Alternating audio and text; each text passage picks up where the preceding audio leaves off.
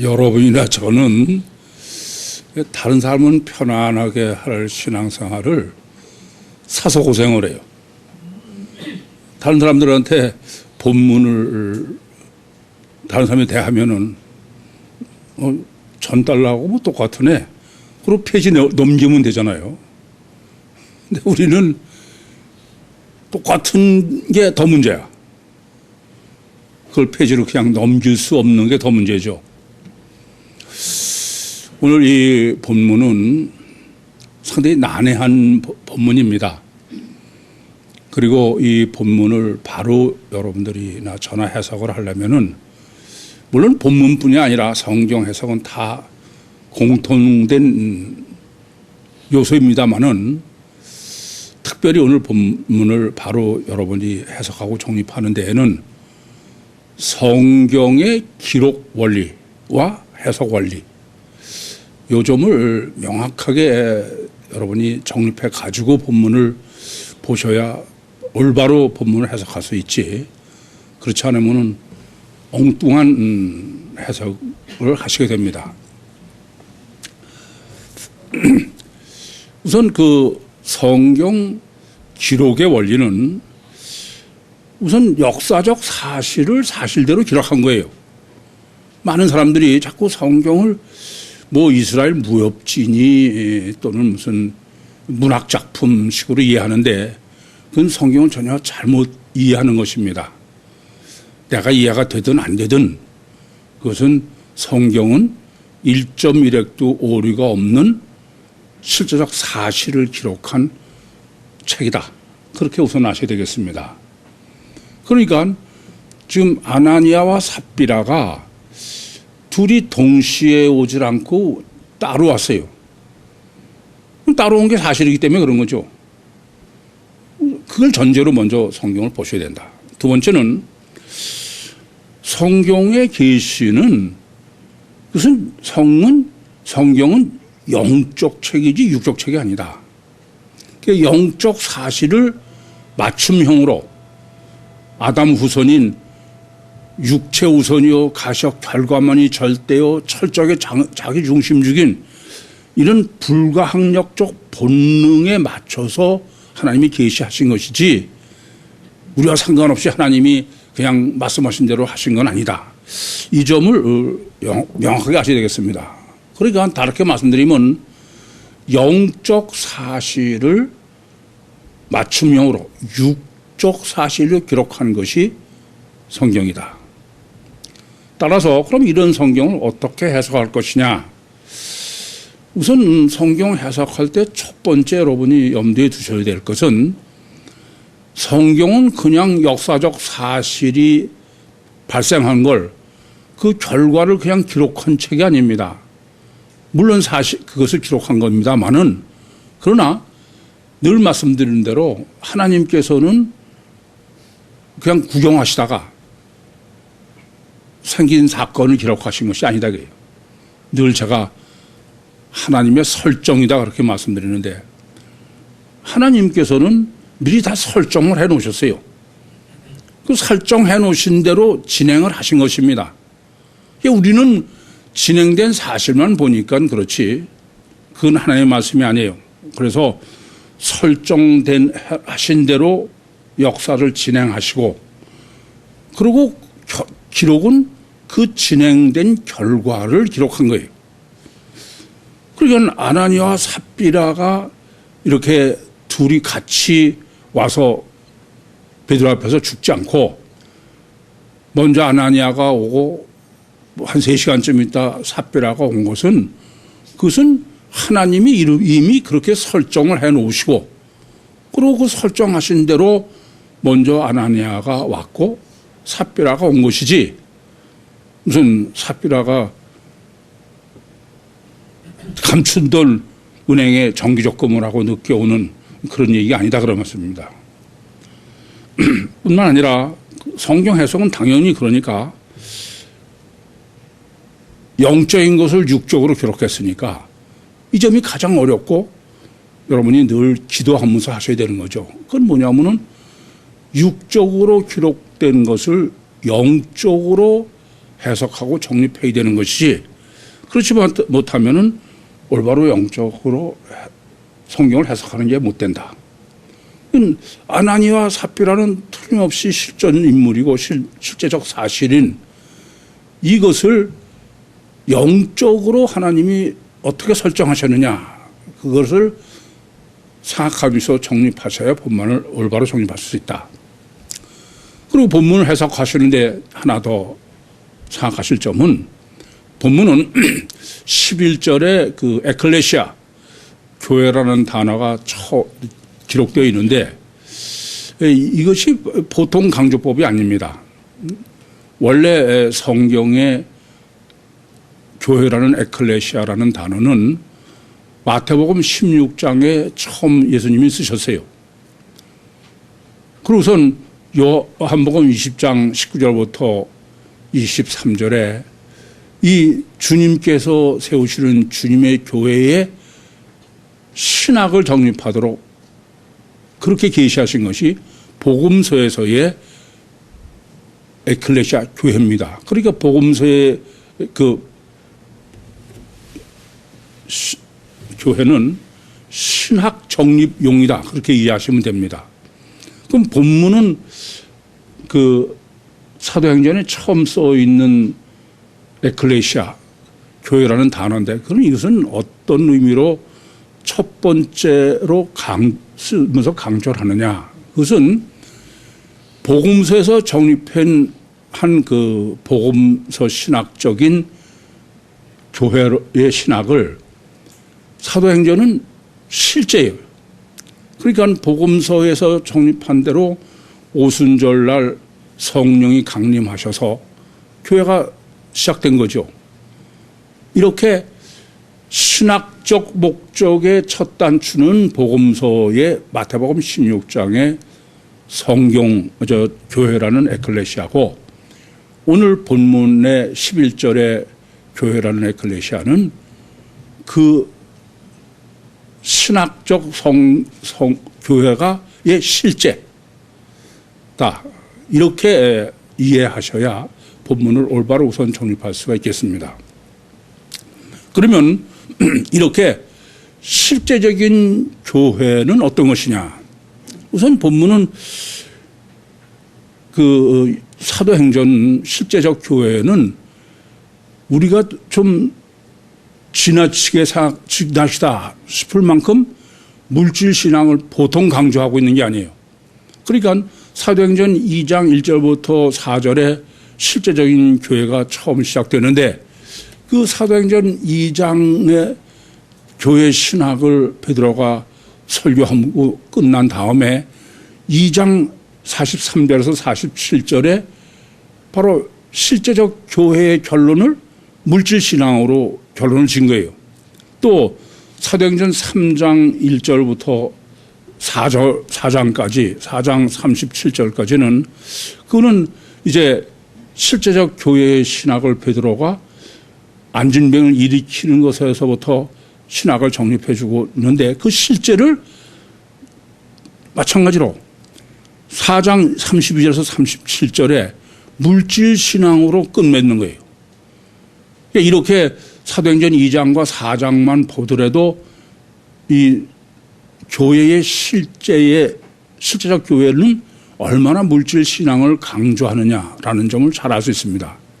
그래서 지금 5장이 시작되는 건데, 5장도 4장의 그 마지막을 물질신앙으로 결론을 냈으니까 5장은 지금 1절부터 11절로 한 단락으로 해도 충분히 물질신앙을 강조하는 것이 되는 거예요. 그런데 똑같은 얘기 같은 것을 두 번을 하면서 좀 강조하는 거예요. 이 우선 두 번을 같은 것으로 기록하는 강조법이 어떤가를 생각하셔야 본문이 얼마나 중요한지 알 수 있습니다. 우선 그 같은 것을 성경이 평행적으로 기록하는 대표적인 것은 사복음서입니다. 그런데 그 사복음서는 같은 사건을 다른 성경에서 횡적으로 기록하면서 강조를 하는 거죠. 제가 그것은 사복음서의 입체적이다, 그런 해석을 했는데, 그것만이 아니에요. 이 지금 본문처럼 똑같은 사건을 그대로 두 번을 기록하는 강조법이 있습니다. 그게 뭐냐면은 마태복음 13장의 씨 뿌리는 비유입니다. 씨 뿌리는 비유는 길가에 떨어졌다, 돌밭에 떨어졌다, 가시떨기에 떨어졌다, 옥토에 떨어졌다.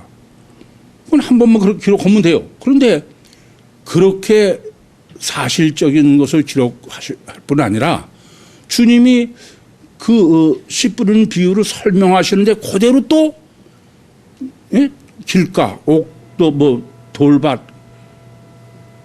가시떨기, 옥토 그대로 반복하는 거야. 보통 중요하다는 의미가 아니고 보통 강조가 아니죠. 복음서 더해요. 이렇게 씨 뿌리는 비유를 똑같은 걸 두 번씩 마태복음에만 기록한 게 아니에요. 마가복음에도 똑같이 두 번씩 기록하는 거예요. 누가복음도 똑같이 두 번씩 기록하는 거예요. 그러니까 이런 것이 의미하는 바는 같은 것을 두 번 기록하는 성경의 강조법이 얼마나 절대냐라는 강조법이죠. 그렇게 보시고선 지금 오늘 본문을 보시면 이게 전혀 다른 게 아니고 단어 몇 개만 다른 거지 이건 도대체 완전히 같은 내용을 두 번을 기록했다. 그러면 우선 우리가 잔뜩 긴장하게 되는 거는 이건 보통 중요한 게 아니다. 그렇게부터 먼저 생각하셔야 됩니다. 그 어떤 점이 중요하냐? 조금 더 전에도 말씀드린 것처럼 교회의 실제적인 시작을 철저하게 물질 신앙을 강조하는 거로 그렇게 시작한 게 사도행전이에요. 그럼 왜 이렇게 물질을 강조하느냐? 교회에서 물질 신앙을 강조하는 것은 물질 자체에 있는 게 아닙니다. 물질 신앙의 신학이죠. 그래서 지금 사도행전에서 정립하는 물질 신앙의 신학, 교회는 물질 신앙 신학이 없으면 그건 교회가 아니다 이런 얘기예요. 그래서 물질 신앙의 신학은 어떤 거냐? 이미 우리가 정립해서 아시는 대로 땅과 집을 팔아서 헌금을 했다. 그것이 교회는 어떤 게 교회냐면은 교회는 천국 구원론, 천국 복음을 전하는 것이 교회지 세상 복음이 아니다. 세상에는 전혀 가치관을 두지 않는다 그런 의미죠. 그래서 제가 지난번에도 정립해 드리면서 교회는 천국 시민권을 갖는 사람들이 모이는 곳이다. 그렇게 말씀드렸습니다. 두 번째는 갔다가 사도들의 발 앞에 뒀다는 거예요. 왜 꼭 그렇게 발 앞에 두는 거를 계속 강조하느냐? 그것은 바로 사도는 예수님, 하나님의 실제적인 의미다. 그래서 발 앞에 뒀다는 것은 교회는 철두철미하게 율신 독재, 하나님이 독재하는 데가 교회지 사람들 좋게 무슨 그런 데가 아니다. 교회는 신본적이지 인본적인 데는 교회가 아니다. 그렇게 정립해 드렸습니다. 그러니까 교회는 절대로 인본적이요 유토피아를 위한 것이 마치 무슨 이웃사랑이 무슨 교회인 것처럼 그건 전혀 교회라는 게 아니다 그런 말입니다. 이게 지금 사도행전에서 실제 교회가 어떤 거냐 하는 신학을 명확하게 정립해 준 것입니다. 이제 그래 놓고서 우리가 기독교요 피복음에서의 물질 신앙이 어떤 건가를 좀 대비해서라도 일단 정립해 둘 필요가 있습니다. 우선 아셔야 될 것은요, 기독교나 피복음에는 아예 물질 신앙에 관한 그건 아예 신학이 없습니다. 괜히 신학인 것처럼 그러지만 그건 전혀 없어요. 제가 전혀라는 표현을 쓸 만큼. 그러면 도대체 기독교나 피복음에 있어서의 물질 신앙을 강조하는 건 어떤 것이냐? 그거는 첫째는 인간의 영적 본능을 철저하게 이용한 거예요. 영적 본능을 이용해서 맹신하고 맹종하게 하는 것입니다. 그게 첫 번째 소위 기독교가 강요하고 있는 물질 신앙의 내용입니다. 가장 대표적으로 여러분이 잘 알 수 있는 예가 면죄부예요. 아니, 면죄부는 완전히 인간의 영적 본능을 철저하게 이용한 거죠. 그래서 무슨 면죄부 안 사면은 뭐 천국 못 간다 그런 얘기 아닙니까?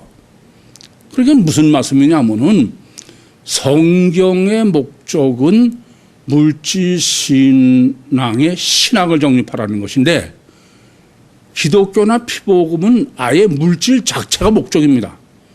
물질 신앙의 신학이 목적이 아니고 그 점을 명확하게 구별하실 수 있어야 돼요. 뿐만 아니라 두 번째는 철저하게 육적 본능을 이용한 겁니다. 어떤 겁니까? 기복신앙이야. 뭐 하나님한테 투자라 이게요. 투자하면 몇 배로 복 받으니까 이건 완전히 하나님하고 장사라는 거죠. 그런 거지. 그거는 여러분도 뭐 그렇게 그런 데서 신앙생활 하시면서 그게 마치 신앙인 것처럼 착각하고 계속 왔었겠지만 그건 절대 물질 신앙에 관한 신학이 아니다. 그 점부터 명확하게 아셔야 되겠습니다. 이와 같이 물질 신앙의 신학을 여러분이 올바로 정립하려면은 물질 신앙의 신학, 이게 가장 근본, 본질이 뭐냐 도대체. 본질이 어떤 것이기에 그 물질 신앙 신학과 물질을 목표로 하는 게 다르냐 하는 점입니다. 그 점은 단일체냐 이중체냐의 문제예요. 아시겠습니까? 그러니까 기독교가 철두철미하게 교회가 물질신앙을 강조하는 것은 물질신앙이 절대인데 그 물질신앙의 절대의 근본은 인간이 단일체냐 이중체냐의 문제다. 이 점을 명확하게 아셔야 되겠습니다. 다르게 말씀드리면 교회가 구별된 것, 교회라는 게 에클레시아입니다. 세상과 구별된 거예요. 그 구별된 기준은 뭐냐 하면은 인간을 단일체로 보느냐 이중체로 보느냐이다. 이 점을 명확하게 아셔야 되겠습니다. 그것을 지금 본문이 정립해 주는 게 본문이에요. 여러분 보시기에 본문은 이중체론의 신학으로 보이지 않겠지만 그걸 못 보신 본문을 올바로 보신 게 아닙니다. 이미 말씀드린 대로 단일체냐 이중체냐 문제는 단순히 단일체냐 이중체의 문제가 아니에요. 진화론이냐 창조론이냐. 그럼 단일체가 진화론이고 이중체가 창조론이라면 그러면 단일체적인 것은 그건 교회일 수가 없죠. 창조론적 교회가 있습니까? 천국 구원이니 그런 말은 아예 없는 얘기죠. 뿐만 아니라 종교나 신앙이라는 구별하는 기준도 여전히 근본은 인간을 단일체로 보느냐 이중체로 보느냐입니다. 그러니까 교회는 인간이 이중체관이다. 이 점을 명확하게 아셔야 되겠습니다. 얼마나 세상이 거꾸로 되어 있냐 하면은 세상에서는 인간을 단일체로 보는 게 과학이라고 생각하고 이중체를 신비라고 생각해. 정반대입니다. 단일체로 보는 인간과는 그건 신비예요. 뭐 여러 번 드릴 말씀입니다만은 아니 단일체로 보면 우연 발생설인데 원인이 우연이 그게 과학입니까 신비지. 따라서 이중체론이래요 과학이다. 이 점을 바로 아셔야 되겠습니다. 이렇게 교회요 성경요 진리는 인간이 이중체인데 근데 전 세상은 뭐 더 말할 거 없어요. 교회가 우리가 교회라고 표가 붙지 않은 다른 데는 말할 것도 없어. 그런데 기독교라는 교대도 단일체지 이중체가 없다 이겁니다. 오죽하면 제가 단일체를 이중체로 바꾸는 문제는 천지 개벽을 할 문제고 천동설이 지동설로 바뀌는 문제다. 그런 말씀 드렸어요. 제 믿음은 그래요. 하나님은 코로나로 결국 이중체인 내 생명에 무릎을 꿇을 때까지 코로나는 종말을 준비할 거예요. 이건 우리가 겁먹으라고 얘기하는 게 아닙니다. 지금 뭐 코로나 다 잡힌 것 같은데 그래요? 천만에요. 어쨌든 이 점을 잊지 마세요. 코로나를 이길 수 있는 길은 내 생명밖에 없어. 그 외에는 없습니다. 그러니까 희생을 점점 하면서 결국은 무릎 꿇게 하시는 거야. 그런데 그러니까 지금 교회의 물질 신앙의 신학은 이중체론을 정립하는 데 있다 그랬어요. 그러려면은 아니 아나니아와 삽비라가 같이 와서 같이 죽어. 그런다고 그래서 지금 본문에 보신 대로 이중체 신학은 분명히 계시하고 있어요. 먼저 아나니아가 5절에 베드로 앞에서 핍터 쓰러졌어요. 뭐 쓰러진 건 죽음을 의미하죠. 그런데 에크 푸시케 죽으면서 영이 일탈했다, 분리됐다. 이중체 아니에요. 또 오늘 본문도 9절에 삽비라가 베드로 앞에 핍터 쓰러져서 시체가 되니까 에크 푸시케 영혼이 일탈했어요. 그러면 충분히 이중체를 계시한 것입니다. 여기뿐이 아니잖아요. 예수님이 사망하시는 경우도 내복음서 일괄되게 푸뉴마가 에크네크로스 죽음에서부터 영이 탈출했다. 다 이중체예요. 부활도 마찬가지 아닙니까? 에게이로 에크네크로스 죽음에서 일어섰다. 그게 핍터의 반대죠. 또 처녀 잉태로도 이중체는 충분히 성경은 계시를 했습니다.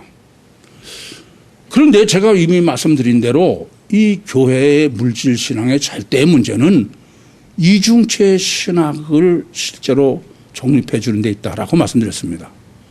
근데 이미 다 충분히 계시하고 있잖아요. 근데 왜 그러면은 지금 이렇게 아나니아와 삽비라를 설정하셔서 이중체 신학을 정립해 주시려고 그러냐. 이 점이 문제가 되는 것입니다. 이렇기 때문에 그래요. 아무리 예수님의 죽음, 예수님의 잉태, 그리고 지금 아나니아와 삽비라의 죽음으로 이중체를 계시해 줘도 그것 가지고는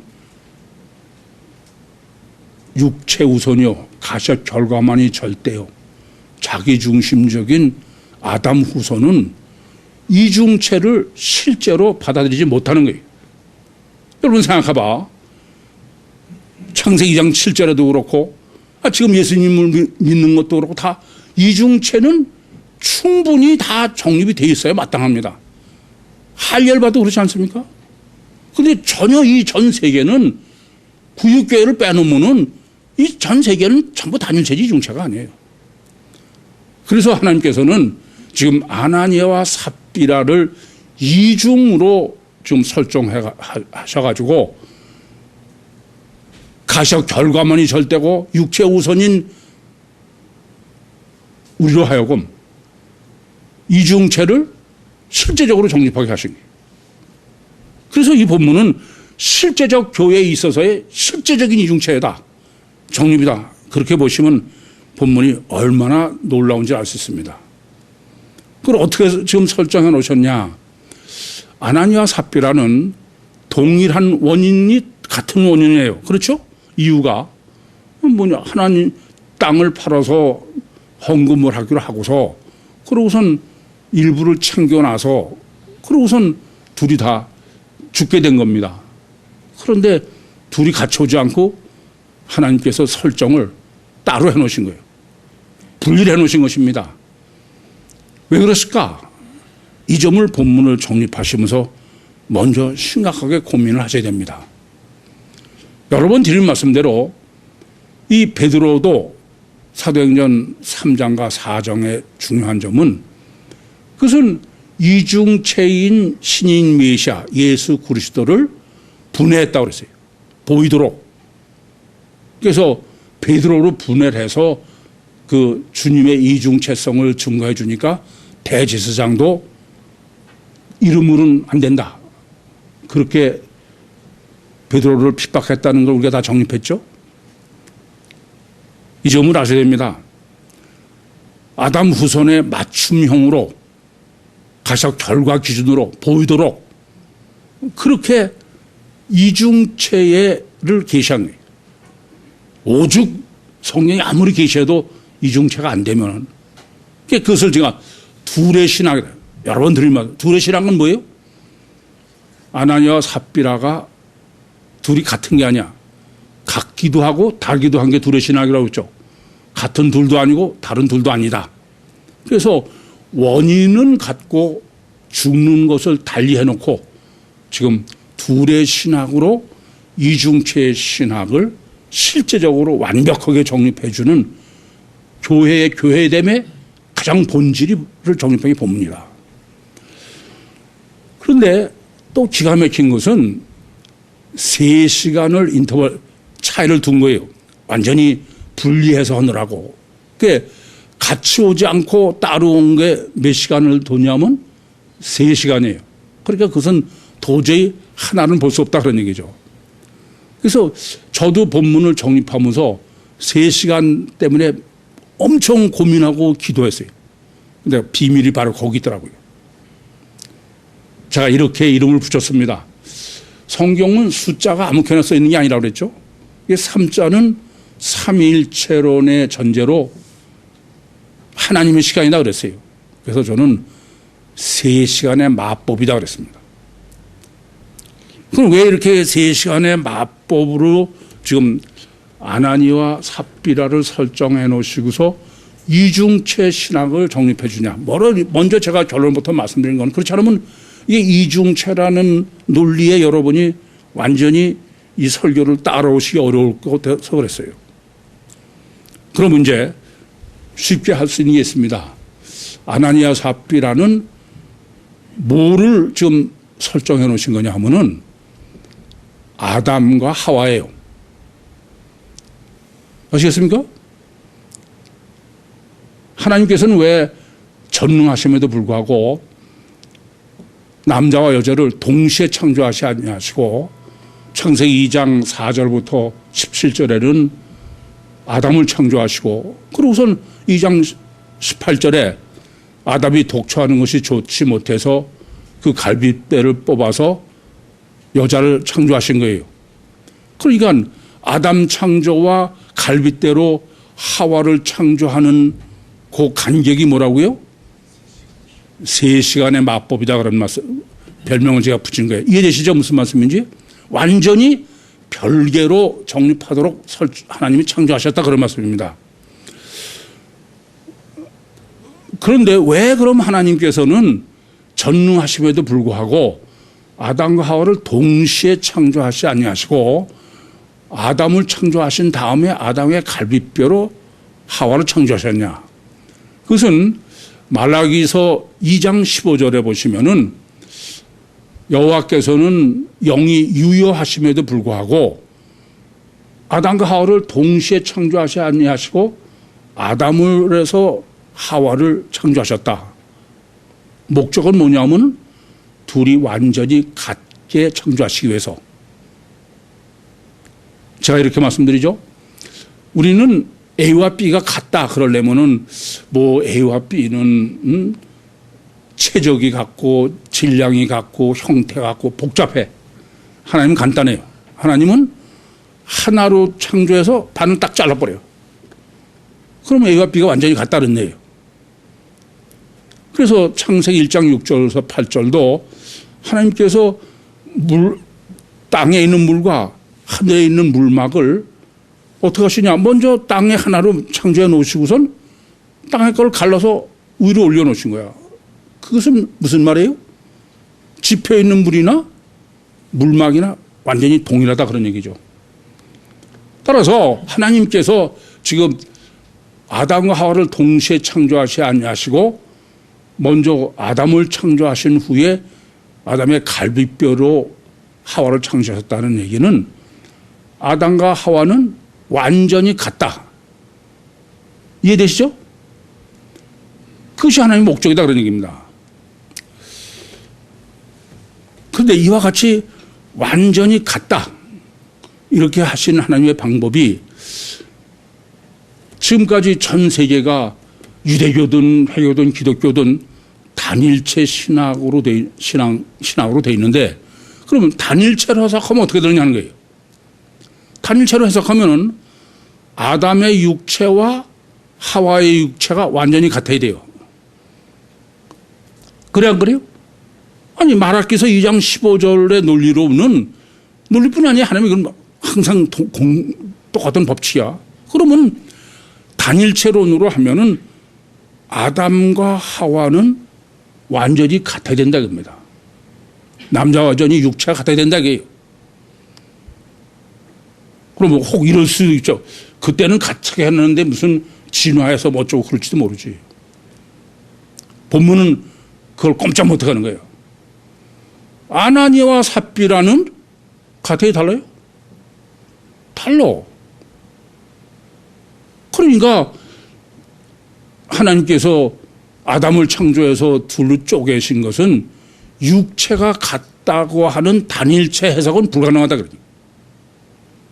절대로 성경은 사람을 단일체로 해석할 수 있게 기록되어 있지 않아요. 전혀 그렇잖아요. 그럼 이중체는 어떤 것이냐? 이중체는 이중체를 해석하면은 아담의 갈비뼈로 하나님의 3시간의 마법 시간에 경과를 하신 다음에 하와 여자를 창조하셨어.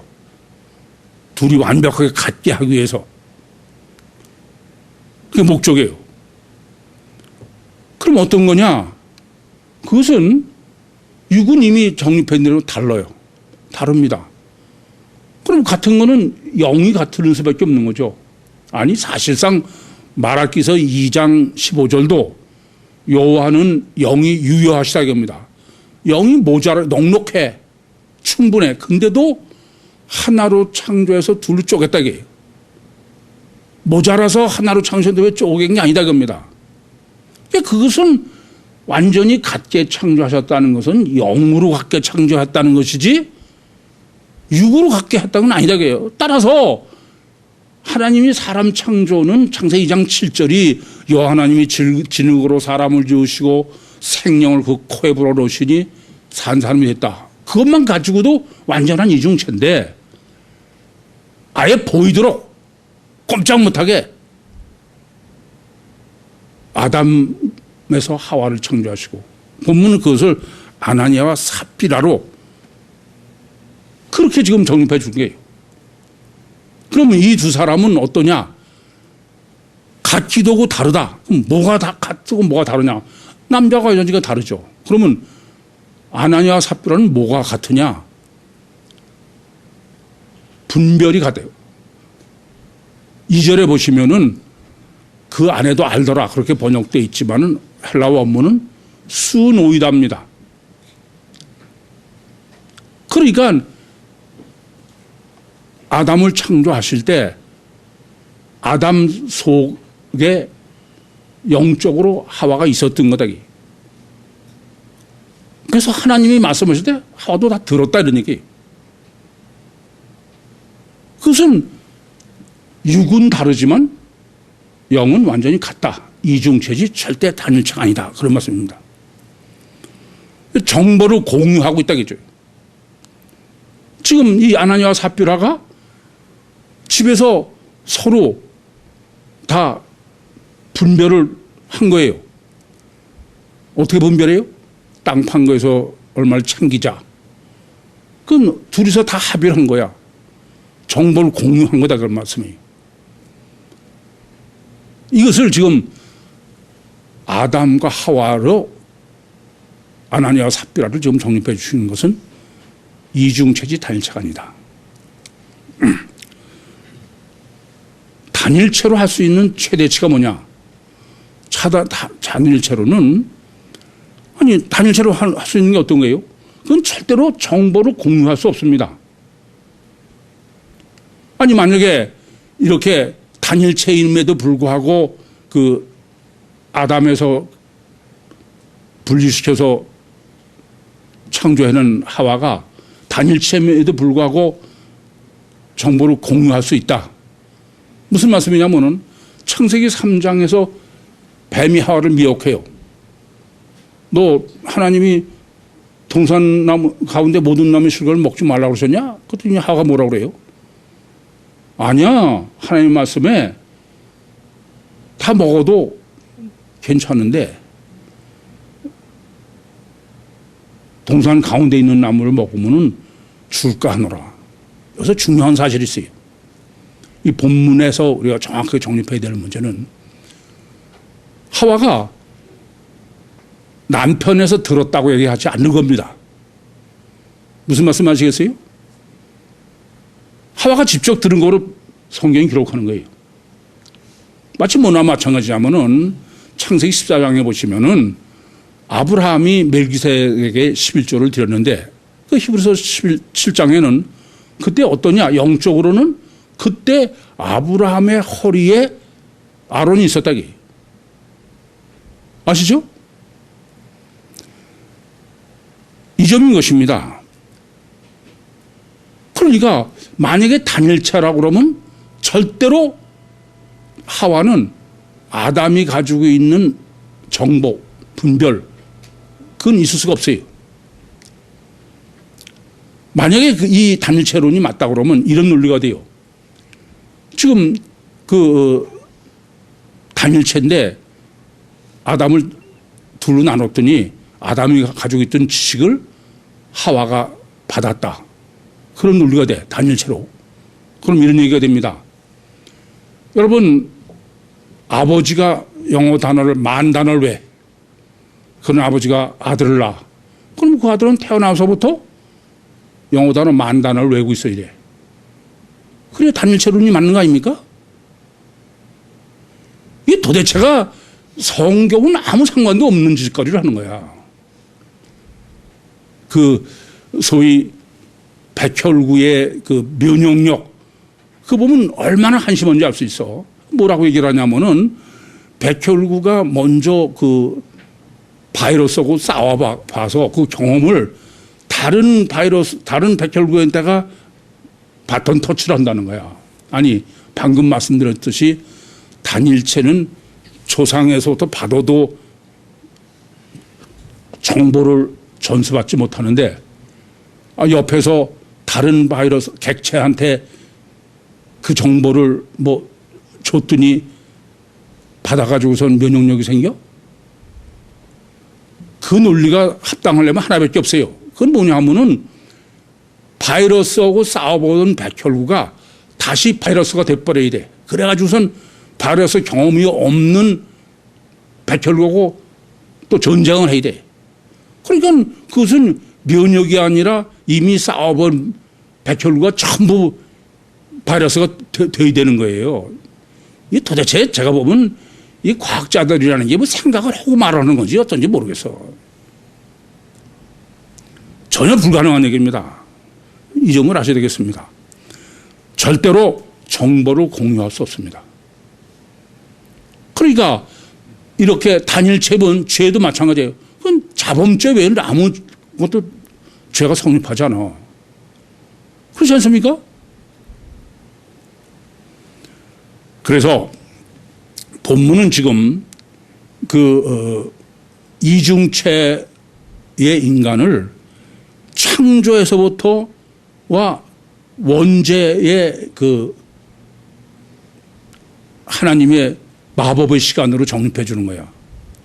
그러니까 그 창세기 2장 16절부터 17절에 아담은 틀림없이 하나님한테 그 선악과의 경고를 들었어요. 그러고선 마법의 시간을 지난 다음에 먼저 하와가 창세기 3장 1절부터 6절에 선악과를 먹어요. 왜 먹느냐?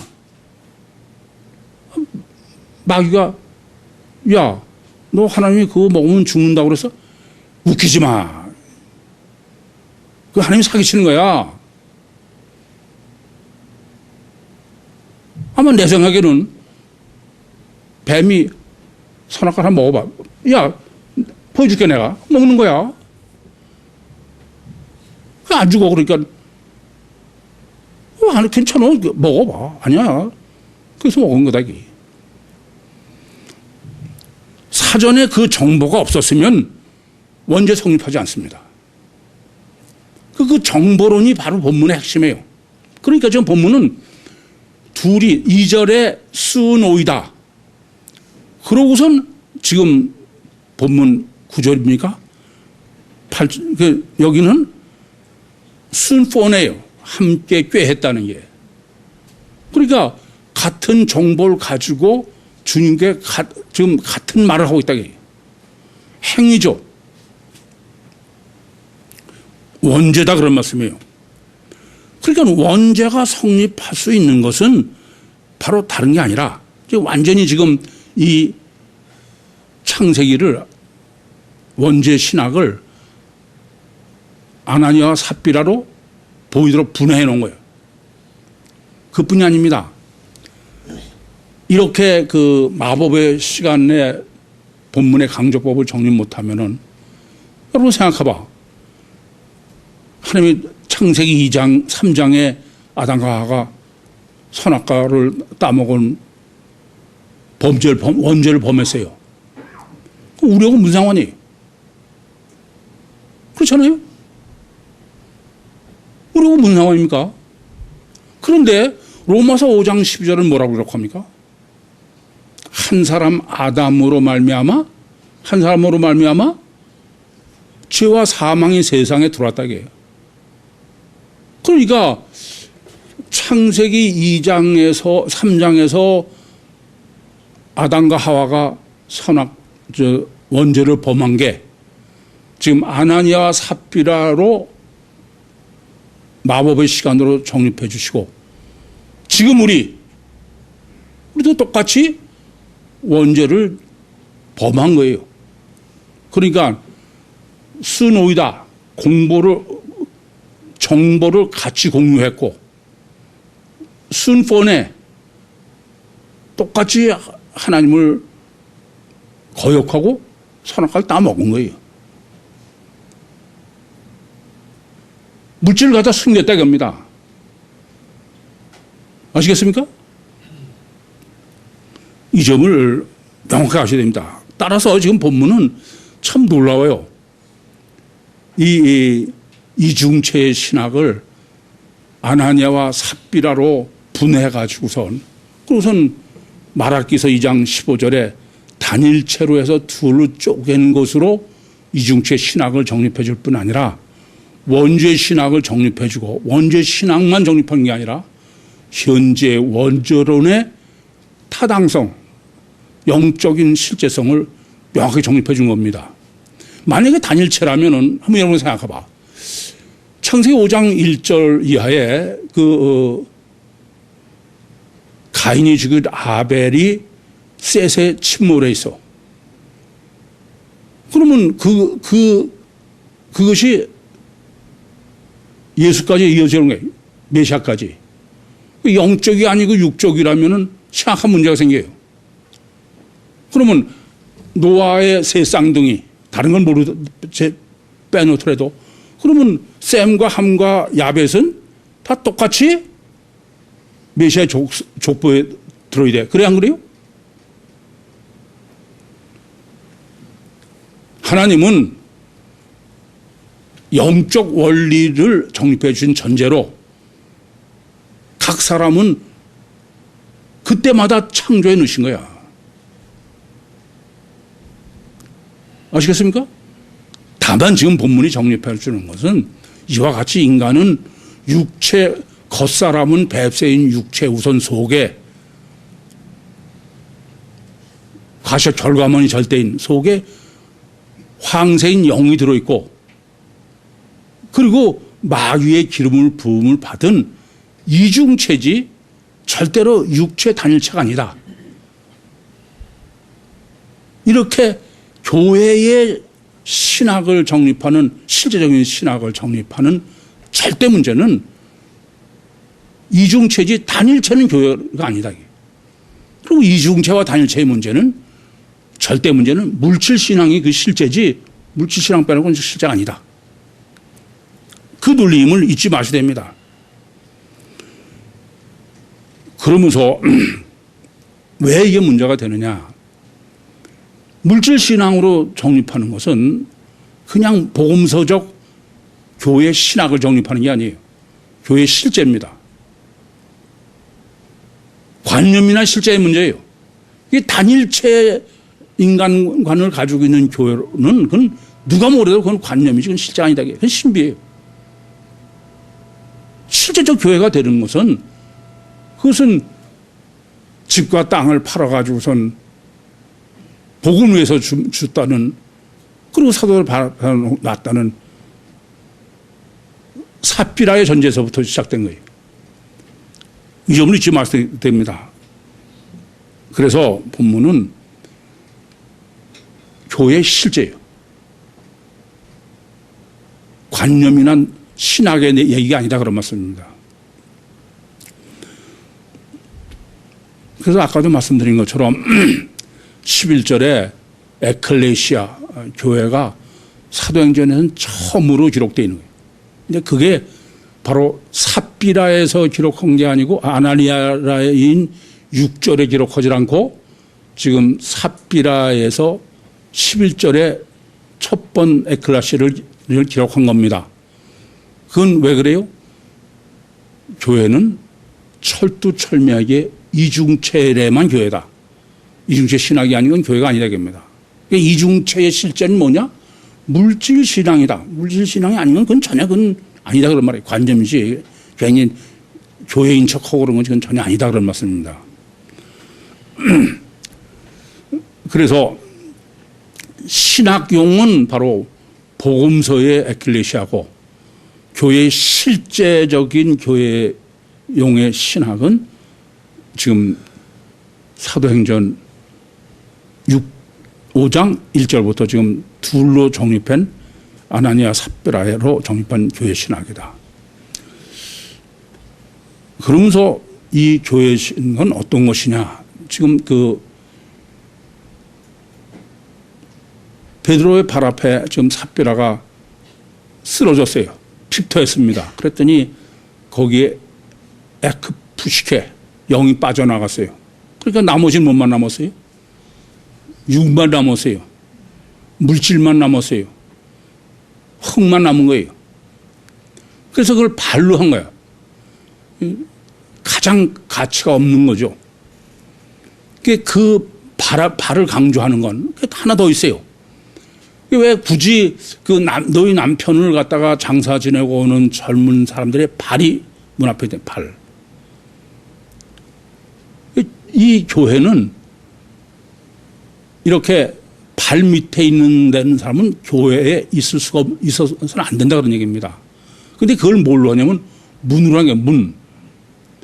문신학은 마태복음 7장 13절에서 14절 좁은 문으로 들어가라. 멸망으로 인도하는 것은 문이 없다고 그랬죠.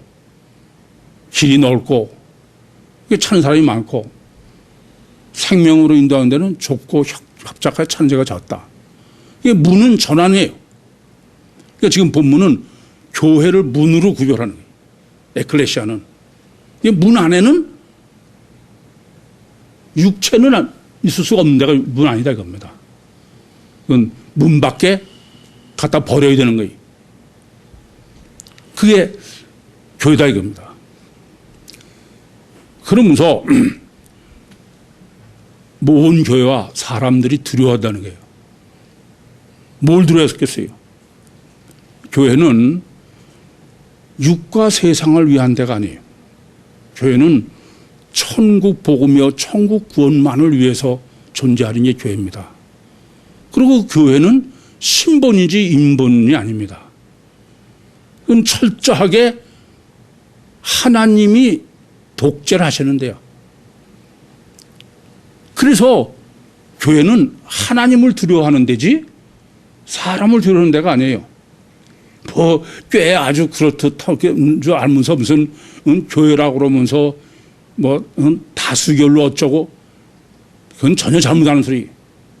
또 말씀드립니다. 저는 인본적으로 또 여럿이 집단상을 하려면은 인본적 요소가 없을 수가 없어요. 전 그 때문에 늘 고민하는데 인본적 요소는 여러분이 어떻게든 전 상관하지 않아요. 뭐 그까짓 게 이렇게 쓰고 저렇게 써 있으니까. 단 딱 절대 안 되는 게 있어요. 이건 신본주의가 영적이다. 그건 제가 기도하면서 신본주의가 영적이라면 누가 뭐래도 그건 안 통해 전. 이 점을 아셔야 돼. 이 교회는 하나님을 두려워하는 데지 사람을 두려워하는 데가 아니야. 교회는 코로나를 두려워하는 데가 아닙니다. 분명히 아셔야 돼. 계속 말씀드리지만 여러분은 정말 그리스도인입니까? 뭘 두려워해요? 어떤 걸 두려워하고 있습니까? 그건 아직도 여러분이 저를 책망하는 게 아니에요. 자기 신앙을 심각하게 고민해 보셔야 돼요. 만약에 구의교회가 정말 이중체 참교회라면 그런 분은 시체로 끌어내야 될 당할 사람이라는 걸 아셔야 돼요. 그러면서 주의 영을 시험하지 말라. 지금 아나니아와 삽비라가 주의 영을 시험했습니다. 그것은 다른 거 아니에요. 창세기 3장에 아담과 하와가 주의 영을 시험한 거예요. 하나님께서 너 동산 가운데 각종 나무의 실과는 이물 마음대로 먹어라. 근데 선악을 알게 하는 나무의 실과는 먹지 마라. 먹으면 정령 죽으리라. 그랬더니 뱀이 야, 뭐 하나님이 너 먹으면 죽는다고 그랬어? 그 하나님 사기친 거야. 순진하기는. 네가 그 선악과 먹고서 눈이 밝아지면 하나님같이 될까 봐 그런 거야. 볼래? 먹어요. 선악과를. 멀쩡히 안 죽잖아요. 봐. 하나님이 사기쳤나 안 쳤나. 그래서 하와가 먹은 거야. 아담은 여자를 보고 여자가 먹으래서 먹었지만 하와는 어떻게 해요? 하나님을 시험한 겁니다. 중요한 사실이 있어요. 뭘 시험했느냐? 뭘 테스트했느냐? 페이라조. 하나님의 말씀을 테스트해 본 거야. 뭘 테스트해요? 말씀이 실제로 먹으면 그러나? 그러니까 뭐 이게 먹어보면 어때? 아니요. 원죄가 뭔데요?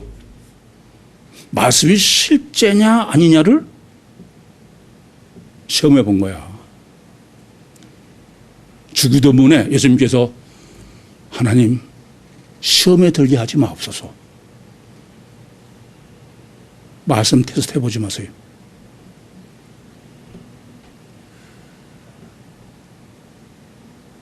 그것은 주의 영을 시험하는 거예요. 앞달락에서는 성령인데 지금 주의 영이라고 그래요. 왜요? 교회의 영이다. 그런데 하나 더 아실 게 있습니다. 사실은 성령의 시작은 뭐로 시작된 거냐면 창세기 3장이 그 바로 하나님의 말씀이 이게 그냥 실제인가? 그 하나님이 그냥 뭐 괜히 겁주시나? 그러고 테스트 해보라고 먹은 거야. 그게 원죄예요. 아시겠습니까? 그런데 말하기서 3장 10절에 보시면은 물질 신앙을 잔뜩 강조하셔. 야, 너 헌물을 온전한 헌물과 11조를 드려라. 그러면 네 곳간에 둘 곳이 없어서 내가 채우나 안 채우나? 시험해봐라.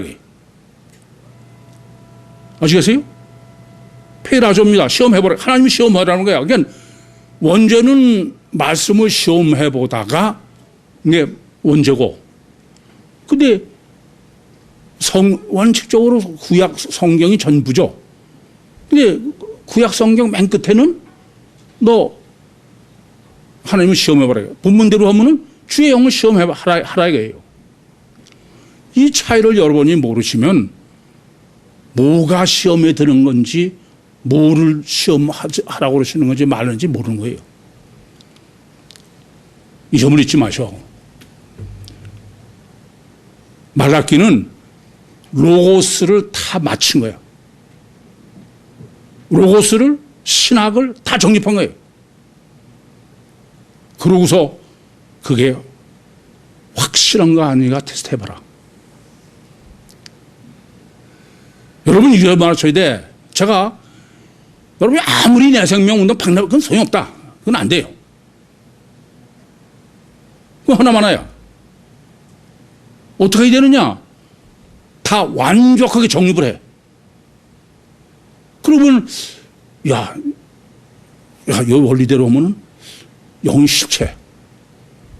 그래서 내 생명을 해봐라 이겁니다. 여러분 잘 아시죠? 내가 뭐 예수 부활 믿습니다. 팬소리 다 봐야 소용없어. 근데 예수 부활을 로고스로, 신학으로, 원리적으로 완벽하게 정립해. 그러면 다른 사람이 아무리 나한테 아니라고 시험해봐 이거 통하지 않아.